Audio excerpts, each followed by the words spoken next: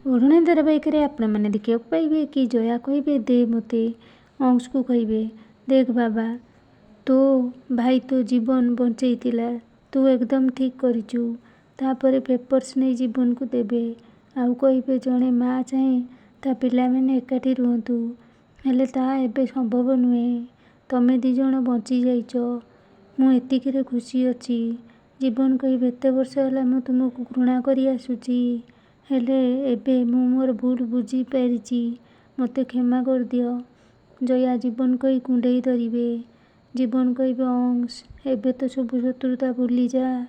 ଅଂଶ କହିବେ ମୋ ମାଆକୁ ଫୁସୁଲେଇକି ତୁ ତୋ ସାଇଡ୍ କରି ନେଇଛୁ ଜୀବନ, ହେଲେ ତୁ ଭୁଲିଯାନା ମୁଁ ବୋକା ନୁହେଁ, ମୁଁ ତୋତେ କେବେ ବି କ୍ଷମା କରିବିନି। ଲଢ଼େଇ ଖାଲି ତୁ ଜିତିଛୁ, ହେଲେ ଯୁଦ୍ଧ ମୁଁ ଜିତିବି। 20 ବର୍ଷ ତୁ ଯୋଉ କଷ୍ଟ ମୋତେ ଦେଇଛୁ ନା, ତା ପ୍ରତିଶୋଧ ମୁଁ ପୂରା କରିବି। ମା ଠାକୁରାଣୀ କହିବେ ଏଇ ଧମକ ଦେଉଛୁ କାହାକୁ? ତୁ ଯଦି ଏ ପରିବାରର ଗୋଟିଏ ସଦସ୍ୟ ହୋଇ ରହିବାକୁ ଚାହୁଁଛୁ ତାହେଲେ ଚାଲିଯା। ତାପରେ ଅଂଶ କହିବେ ଅଫକୋର୍ସ ଯାଉଛି, ହେଲେ ଫେରି ଆସିବି। ଏମିତି କିଛି ଜିନିଷ ଛଡ଼େଇ ନେବି ଯେଉଁଥିରେ ଏ ପରିବାରର ମୂଳଦୁଆ ଦୋହଲିଯିବ।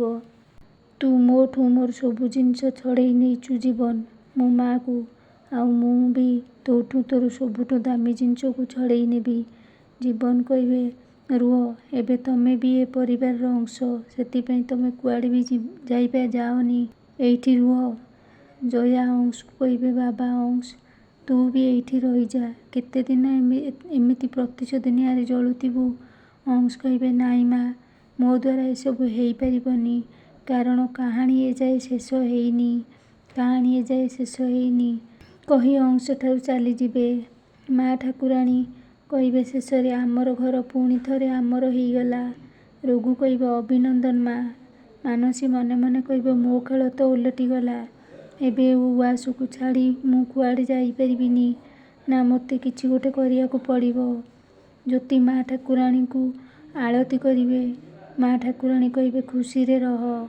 ମାନସୀ ଯାଇ ମା ଠାକୁରାଣୀଙ୍କ ଗୋଡ଼ ଧରିବେ, କହିବେ ମା ଠାକୁରାଣୀ ମୁଁ ଅସହାୟ ହୋଇପଡ଼ିଥିଲି, ଅଂଶ ମୋତେ ଧମକ ଦେଇଥିଲା ଏ ଘରର ଉତ୍ତରାଧିକାରୀକୁ ସେ ଜୀବନରୁ ମାରିଦେବ ବୋଲି। ସନ୍ଧ୍ୟା କହିବେ ପୁଣି ଗୋଟେ ମିଛ। ମାନସୀ କହିବେ ମିଛ ନୁହେଁ, ମୁଁ ସତ କହୁଛି, ମୋ ପେଟରେ ଥିବା ଛୁଆର ରାଣ ଖାଇ କହୁଛି। ଜ୍ୟୋତି କହିବେ ଅପା ତୋ ଗର୍ଭରେ ସାନବାବୁଙ୍କ ସାନ ଭାଇର ଛୁଆ ବଢୁଛି, ଏମିତି ମିଛ ରାଣ ପକେଇବାକୁ ତୁ ଚିନ୍ତା ବି କରିବା ଉଚିତ ନୁହେଁ। ହଁ ତୋର ଏଇ ଅବସ୍ଥାରେ ତୋତେ ଏକୁଟିଆ ଆମେ ଛାଡ଼ିଦେବୁନି। ମା ଠାକୁରାଣୀ କହିବେ ମାନସୀ ତୋ ଛୁଆ ଏ ଘରକୁ ନ ଆସିଲା ପର୍ଯ୍ୟନ୍ତ ତୁ ଏ ଘରେ ରହିପାରିବୁ, ଆଉ ତାପରେ ମୁଁ ବିଚାର କରିବି ତୋ ସାଙ୍ଗରେ କ'ଣ କରାଯିବ।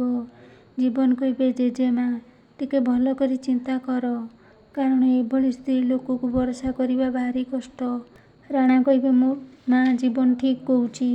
ଜ୍ୟୋତି କହିବେ ସାନବାବୁ ଅପାକୁ ଗୋଟେ ଶେଷ ସୁଯୋଗ ଦେଇ ଦେଖ ପ୍ଲିଜ୍। ଜୀବନ କହିବେ ନିଜ ଭାଗ୍ୟକୁ ଧନ୍ୟବାଦ ଦିଅ ଯେ ଏମିତି ଭଉଣୀ ଗୋଟେ ପାଇଛ। ଯଦି ମୋ କଥା ହେଇଥାନ୍ତା ତାହେଲେ ଧକ୍କା ମାରି ଏଠୁ ବିଦାୟ କରିଦେଇଥାନ୍ତି। ଜ୍ୟୋତି କହିବେ ଅପା ଆଳତୀ ଦେବେ ସମସ୍ତଙ୍କୁ। ଆଉ ଜୀବନକୁ କହିବେ ଆଉ ତମକୁ ତ ସବୁଦିନ ଆଳତୀ କରିବା କଥା, କେତେବେଳେ ନିଆଁ ଲଗେଇ ଦେଉଛ ଆଉ କେତେବେଳେ ନିଆଁ ଭିତରକୁ ଡେଇଁ ପଡ଼ୁଛ। ଜୀବନ କହିବେ କଥା କ'ଣ କି ଯେବେଠୁ ତମେ ମୋ ହାବୁଡ଼ରେ ପଡ଼ିଛ ସେବେଠୁ ମୋ ସହ ଏମିତି ହେଉଛି। ଜ୍ୟୋତି କହିବେ ମୋ ପାଖରେ ଦି ଜଣ ମା ଅଛନ୍ତି, ସମ୍ଭାଳିକି କଥାବାର୍ତ୍ତା କରିବ, ନହେଲେ ଅଯଥାରେ ଗାଳି ଖାଇବ। ସନ୍ଧ୍ୟା କହିବେ ଜ୍ୟୋତି ଆଳତୀ କର।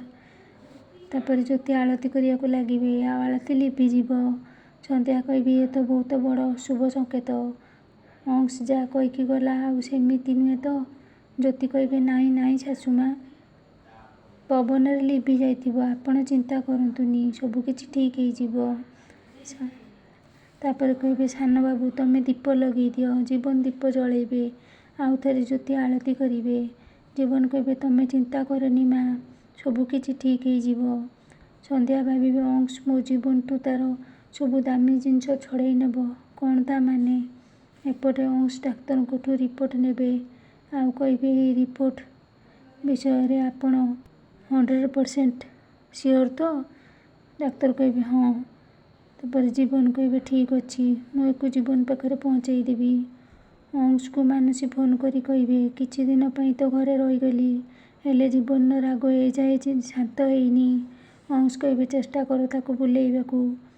ତମକୁ ଯେମିତି ହେଲେ ରହିବାକୁ ପଡ଼ିବ।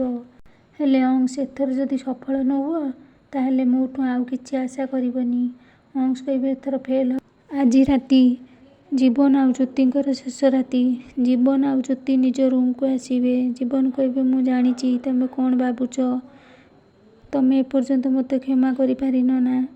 ଜ୍ୟୋତି କହିବେ, ତମେ ଯାହା କରିଛ ତାର ଶାସ୍ତି ତ ତମକୁ ମିଳିବ। ଜୀବନ କହିବେ, ଆଚ୍ଛା ତମେ ମୋତେ ଶାସ୍ତି ଦେବ? ମୁଁ ସେଥିପାଇଁ ପ୍ରସ୍ତୁତ ଅଛି। ଜ୍ୟୋତି କହିବେ, ତାହେଲେ ଠିକ୍ ଅଛି। ତମେ ମୋତେ ରାଣୀ ଭଳି ଭିତରକୁ ନିଅ କୋଳରେ ଉଠେଇକି। ଜୀବନ କହିବେ, ଜ୍ୟୋତି ତମେ ମୋଟି ହୋଇଯାଇଛ। ଲାଗୁଛି ଏଥର 2ଟା ରୁଟି କମ୍ ଖାଇବାକୁ ପଡ଼ିବ ନିଶ୍ଚିତ ତମକୁ।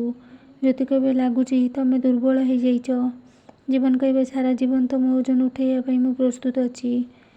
ଆଉ ହଁ, ସନ୍ଦେହ ନୁହେଁ, ଏବେ ଖାଲି ଭଲ ପାଇବା ଦେବି ତମକୁ। ଜ୍ୟୋତି କହିବେ, କୋଳରେ ଉଠେଇକି ଆଣିବେ। ଆଉ ଏବେ ତମେ ଖୁସି ତ?